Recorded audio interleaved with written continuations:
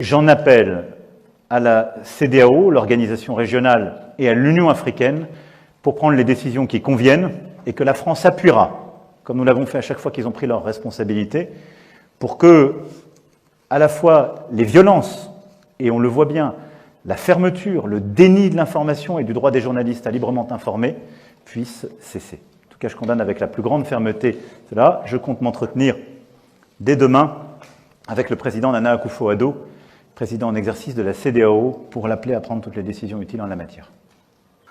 Après tout ceci, comment ne pas penser que l'AES représente un véritable espoir?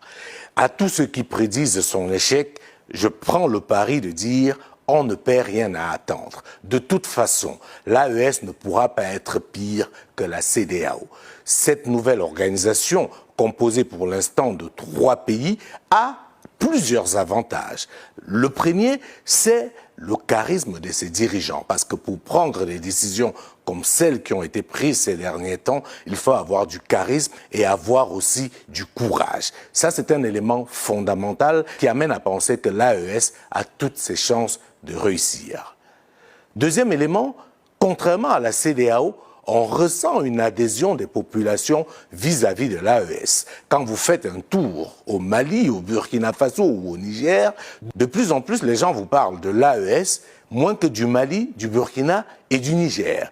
Nous avons pu nous-mêmes le constater lors notamment de cette récente fête du football africaine, la Coupe d'Afrique des Nations, lors du match Mali-Burkina Faso. Les Burkinabés et les Maliens avec qui nous avons échangé étaient dans un embarras indescriptible. Et la raison était toute simple. Pour eux, c'est l'AES qui était en jeu et non plus leur pays respectif. Cela nous a confortés dans l'idée selon laquelle si l'AES commence son intégration par le bas, à savoir par les peuples, elle a toutes les chances de réussir.